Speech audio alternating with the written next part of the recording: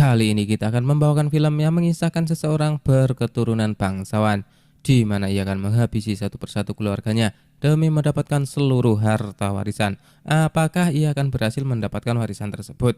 Dan inilah dia How to Make a Killing 2026. Clearing this out.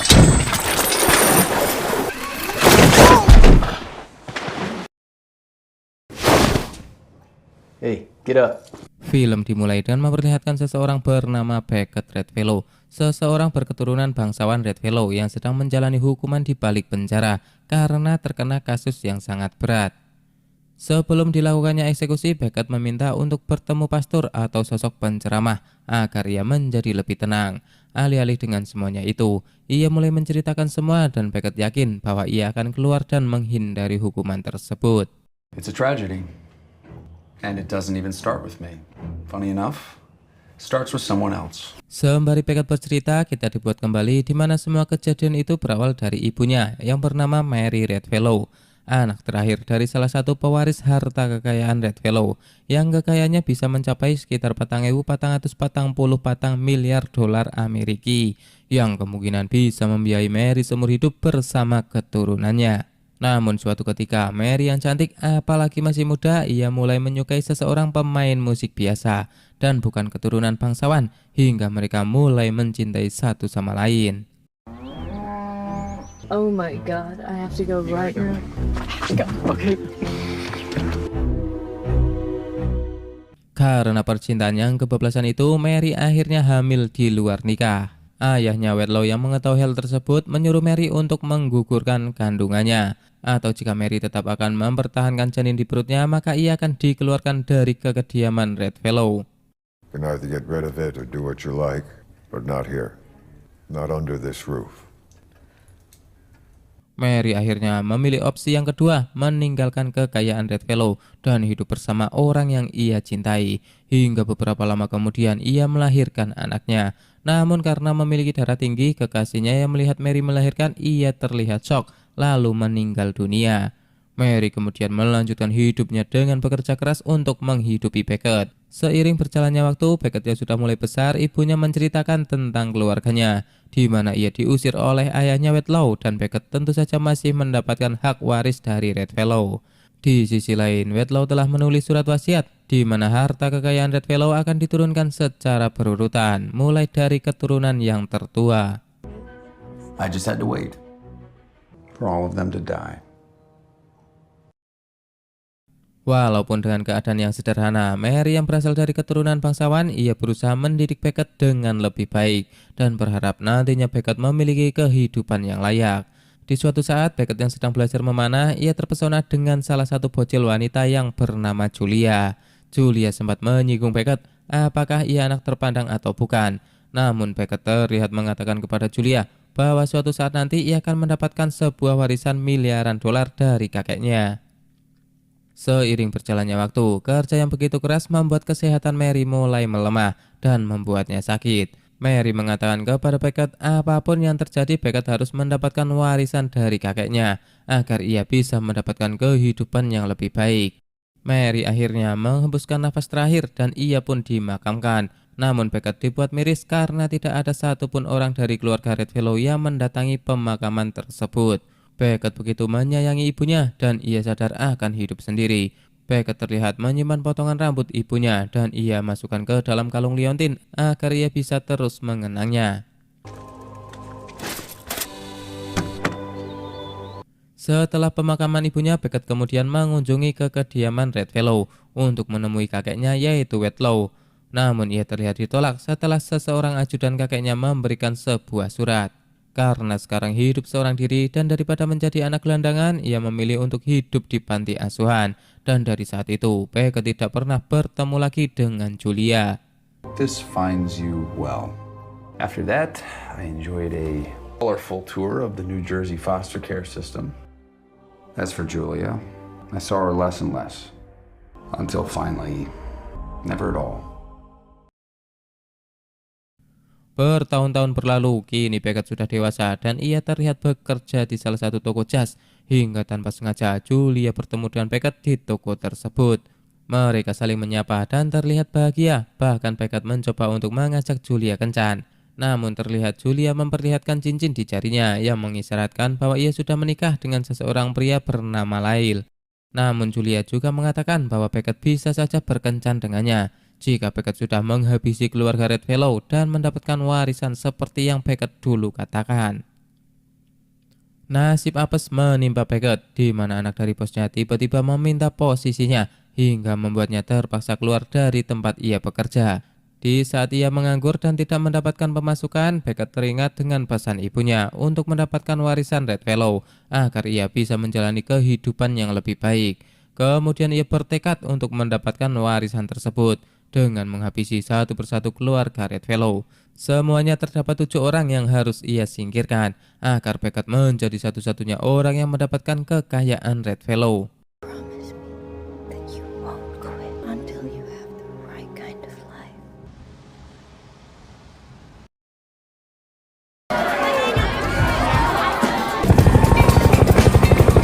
Karena ketenaran dan kekayaan Redfellow membuat Beckett mudah mencari saudara-saudaranya. Ia kemudian memulai aksinya tersebut dengan menargetkan Tyler, anak dari Pak D-nya, yang sedang mengadakan sebuah pesta.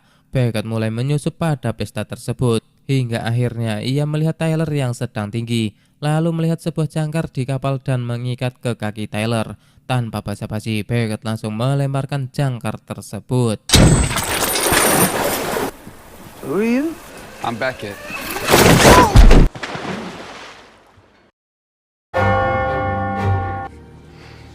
Tyler akhirnya tewas dan dimakamkan, dan Beckett terlihat menyapa Pak D-nya yang bernama Warren, yang tak lain adalah ayah dari Tyler.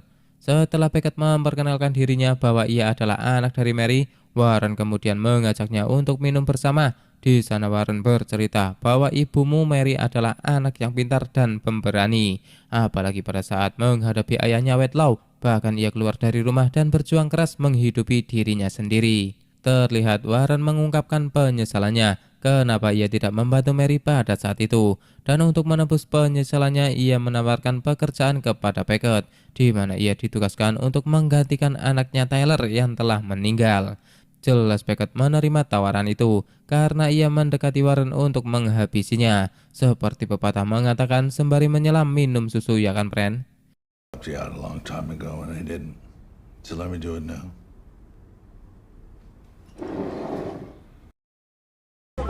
Okay. Get going. They keep a percentage of what other people make with. Hello? This is Beckett Redfellow. How is married life? Remember that time you asked me out last year? You could even try again sometime. Be like me! Sembari bekerja, Beckett mulai melakukan aksinya lagi. Kali ini ia menargetkan saudaranya bernama Noah yang sebagai seniman. Pada saat diadakannya sebuah pameran, Beckett berpura-pura menjadi seorang penggemar Noah dan bercerita bahwa dirinya adalah saudaranya. Setelah ngobrol sekian lama, Noah memperlihatkan tempat kerjanya kepada Beckett. Di sana terlihat berbagai foto dan beberapa alat pencetakan. Noah lalu mengajak Beckett untuk makan bersama. Ia diperkenalkan dengan pacarnya Noah yang bernama Ruth. Namun terlihat Ruth lebih akrab kepada Beckett karena obrolan mereka terasa lebih nyambung. On Thursday, we're having a. Bye. We'll text. This was a new situation altogether. This time, I would need a plan. Is the worst city on. Di hari berikutnya, Beckett kembali diajak Noah untuk makan bersama dengan circle-nya. Pada saat itu menjadi sebuah peluang untuk melancarkan aksinya Beckett. Beckett diam-diam memasuki ruang kerja Noah. Di sana ia mencampurkan sebuah cairan yang dimana nantinya cairan itu akan meledak dengan sebuah pemantik. You fall in? Good day. Whoa. Beberapa saat kemudian, tiba-tiba Noah memperkoki Beckett yang sedang berada di tempat kerjanya. Beckett yang kebingungan, ia beralasan bahwasannya ia tidak bisa menahan keinginannya untuk mengambil foto Noah. Noah yang tidak curiga sekalipun memberikan foto tersebut dan menandatanginya. Usai makan bersama, Beckett yang sudah mulai suka dengan Ruth, dengan sengaja ia meninggalkan jaketnya. Ia bermodus agar Ruth menemuinya kembali dengan membawa jaket milik Beckett. Di sisi lain, Noah yang akan masuk ke tempat kerjanya, ia menyalakan lampu pemantik yang dibuat oleh Beckett. Dan seketika itu, bom pun meledak. I didn't know any better. Say you're trying to get me alone. That's a little Outrageous, by the way. For each other, the boyfriend ends up dead. And it was about 8 minutes later when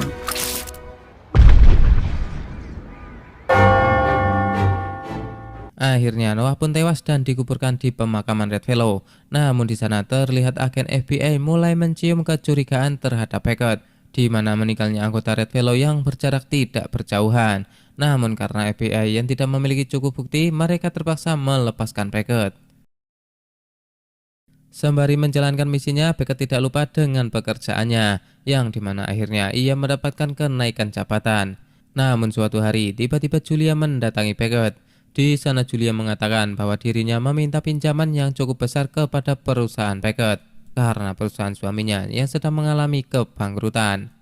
Dengan menggoda Beckett, Julia berharap mendapatkan pinjaman, dan pada saat ia akan keluar, Julia diam-diam mencuri kunci rumah milik Beckett. Julia juga mengatakan bahwa ia mengetahui rencana Beckett, ditambah lagi kematian 2 anggota Red Fellow. Love the office, by the way. those are my keys. Have you heard about the Red Fellows? What about them? Taylor? Noah? I wonder who's next. Kini Beckett kembali menjalankan misinya yang ketiga, di mana ia menargetkan saudaranya bernama Stephen yang berprofesi sebagai pastor. Stephen yang mempunyai musuh, apalagi ia pernah melakukan pencucian uang, akan dijadikan Beckett sebagai alibi, di mana seolah-olah kematian Stephen adalah perbuatan dari musuhnya, dan itu bisa membuat agen FBI tidak lagi mencurigainya. Beckett mulai aksinya dengan berpura-pura menjadi seorang wartawan, namun Stephen-nya sudah terbiasa diwawancarai, menaruh curiga terhadap Beckett dan menganggap bahwa ia adalah wartawan gadungan. Sebagai pastor abal-abal yang sering emosi, ia hampir saja membunuh Beckett dengan samurai yang ada di mejanya. Beckett yang panik karena telah terpojok, ia kemudian mengeluarkan jurus ampuhnya, di mana Beckett mengatakan bahwa ia adalah saudaranya, yaitu anak dari Mary. Stephen mendengar hal itu, akhirnya ia mengurungkan niatnya dan meminum minumannya, yang tidak ia sadari bahwa minuman tersebut telah dimasukkan obat Roundup oleh Beckett, yang akhirnya membuatnya tewas. Can you tell me about this one right here? Okay. Gonna make some good friends over the years. Is me with El Chapo. Oh man, I should know we were family. It's like looking in a freaking mirror. Setelah menghabisi Noah, tanpa sengaja Beckett bertemu dengan Ruth. Banyak hal yang ingin Ruth ceritakan kepada Beckett, dan Beckett yang mulai mencintai Ruth berinisiatif untuk mengajak Ruth ke rumahnya untuk masak-masakan. Setelah pulang kerja dan membeli perlengkapan, Beckett dikagetkan dengan adanya Julia yang sudah menunggunya di rumah. Julia masuk ke rumah Beckett dengan menggunakan kunci yang ia curi tempo lalu. Di sana Julia mengatakan bahwa perusahaan suaminya sudah bangkrut dan meminta pinjaman dari perusahaan Beckett. Tak hanya itu, Julia juga mengatakan apakah kematian keluarga Red Fellow adalah ulah dari Beckett untuk mendapatkan warisan dan akan menjalani hidup bersama Julia. Namun terlihat Beckett tidak menanggapi omongan dari Julia, hingga akhirnya Ruth pun datang dan Beckett mengusir Julia dari pintu belakang. Are you fucking kidding me? I'm sorry. What the hell? Sorry. Hey. Setelah menyingkirkan 3 saudaranya, kini aksi Beckett tertuju kepada budenya. Pada saat budenya sedang bersantai melakukan spa seperti biasanya, terlihat Beckett menyamar sebagai pegawai dan menawarkan obat pemutih gigi gratis. Namun sebelumnya obat itu telah ditukar dengan bubuk selengki beracun milik Beckett, dan akhirnya ia bisa menghabisi budenya dengan sangat aman. Setelah kematian budenya, Beckett kembali melancarkan aksinya kepada Pak D-nya, di mana ia menyamar sebagai kru, dan setelah mengetahui kebiasaan Pak D-nya jika akan melakukan penerbangan ia selalu minum kopi, Beckett kemudian memberikan tetesan obat tidur dengan dosis yang sangat tinggi. Hingga akhirnya saat melakukan penerbangan, Pak D-nya pun merasakan kantuk yang teramat sangat, hingga membuatnya tidak bisa mengendalikan pesawatnya dan terjatuh. 1,500 square feet. Karena kerjanya yang baik ditambah lagi naik jabatan tempo lalu, akhirnya Beckett memutuskan untuk pindah dari rumah lamanya dan membeli rumah yang lebih mewah. Di kehidupan yang mulai stabil, Beckett kemudian memutuskan untuk mengajak Ruth untuk pertunangan. Merasa semuanya yang ia dapatkan sudah cukup, Beckett memutuskan untuk mengurungkan niatnya untuk mendapatkan sebuah warisan. Apalagi setelah mendapatkan semuanya dari Pak D-nya Worm, ia merasa tidak akan bisa bila harus menghabisinya. Namun tiba-tiba pada saat Worm akan keluar dari kantor, penyakit jantungnya kambuh yang membuatnya meninggal. God damn!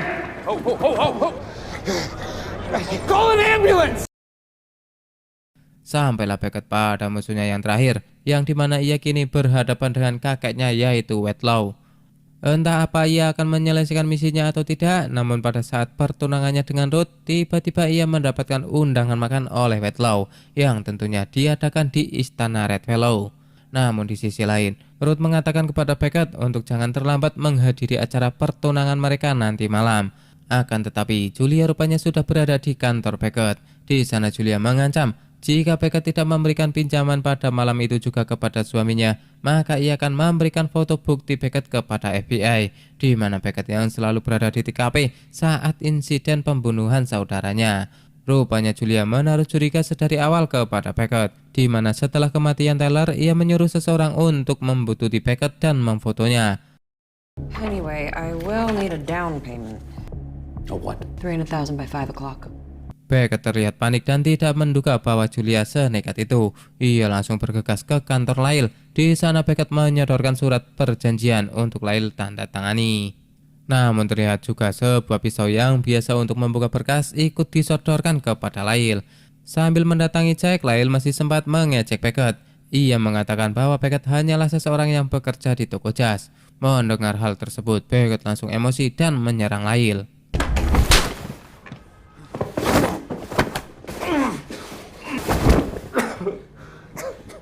Setelah urusannya dengan Lyle selesai, Beckett kemudian bergegas ke kediaman Redfellow. Akhirnya Beckett bertemu dengan kakeknya dan makan bersama. Wedlow mengungkapkan bahwa Beckett sangat mirip dengannya di masa lalu, sebagai orang yang cerdas dan akan melakukan apapun demi tujuannya tercapai. Tak hanya itu, ibunya Mary juga seseorang yang cerdas. Namun sayang, ia harus mengusirnya setelah Mary ketahuan hamil di luar nikah dengan seseorang yang bukan dari putra bangsawan. Setelah selesai makan malam, Beckett diajak kakeknya untuk melihat senapan peninggalan kakek buyutnya. Lalu Wedlow memberikan senapan itu kepada Beckett dan menyuruhnya untuk menembaknya. Namun Beckett terlihat tidak sanggup dan memilih untuk menolak lalu pergi dari sana. Sesaat akan keluar, semua pintu telah dikunci oleh Wedlow dan yang terjadi. Go ahead. Why don't you try this? Here. Better be going.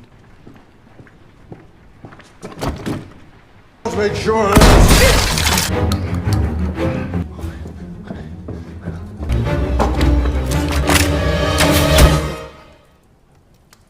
Akhirnya Wedlow tewas di tangan Beckett setelah ia memanahnya, dan kepada polisi Beckett menjelaskan bahwasannya ia hanya membela diri. Setelah kejadian itu, Beckett buru-buru ke acara pertunangannya.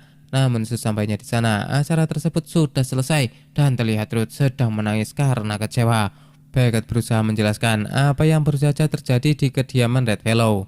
Dengan meninggalnya Wedlow, akhirnya semua warisan dan kekayaan jatuh ke tangan Beckett. Dan pesta kekayaan itu diselenggarakan di kastil Redfellow dengan sangat mewah. Namun di saat pesta kesenangan itu, tiba-tiba Beckett didatangi polisi dan Beckett dibawa bersama mereka. Rupanya Beckett dituduh menghabisi Lyle dengan parang putih sidik jari pada sebuah pisau pembuka amplop tempo lalu. Padahal Beckett hanya menampar Lyle dan sedikit mencekiknya saja. Tak hanya itu, dari rekaman CCTV memperlihatkan Beckett yang terlihat buru-buru menuju ke kantor Lyle, menambah dugaan kepolisian semakin kuat. Di persidangan, Julia mengatakan bahwa ia adalah orang pertama yang menemukan Lyle tewas. Julia juga mengatakan bahwa ia sangat mencintai Beckett, begitu dengan sebaliknya. Padahal itu hanya obsesi Julia saja, karena sebenarnya Beckett mencintai Ruth. Mendengar pernyataan Julia di persidangan, Ruth terlihat kecewa dengan Beckett dan ia memilih untuk meninggalkan persidangan itu dan memutuskan hubungan dengan Beckett.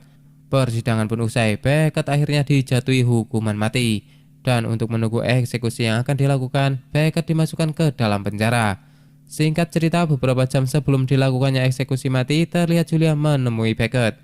Di sana Julia mengatakan bahwa sebelum Lyle tewas, ia sempat menulis surat pernyataan bundir. Dan surat itu ia temukan di saat menemukan Lyle terkapar.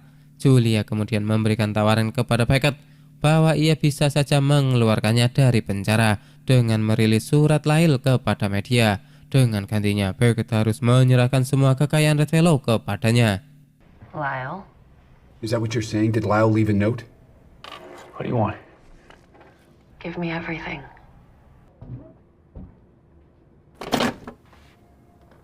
Sungguh sayang, kerja keras Beckett selama ini mendapatkan kekayaan Red Fellow harus ia serahkan kepada Julia. Namun tidak ada cara lain lagi untuk menghindari hukuman itu. Dengan berat hati, Beckett akhirnya mendatangi perjanjian tersebut. Akhirnya Beckett pun bebas setelah Julia merilis surat pernyataan bundir suaminya kepada media. Setelah keluar dari penjara, terlihat Ruth menemui Beckett. Tanpa sepatah kata pun, Ruth datang hanya untuk mengembalikan kalung liontin yang berisi potongan rambut Mary. Lalu ia pergi meninggalkan Beckett untuk selamanya. Setelah Ruth pergi, terlihat Julia berada di sana menunggu Beckett dengan mobil mewahnya. Dan film pun berakhir dengan Beckett yang sudah tidak memiliki apa-apa. Lalu di sisi lain, kini Julia menjadi penguasa kekayaan Red Fellow. Tak hanya itu, ia juga mendapatkan seseorang yang ia cintai.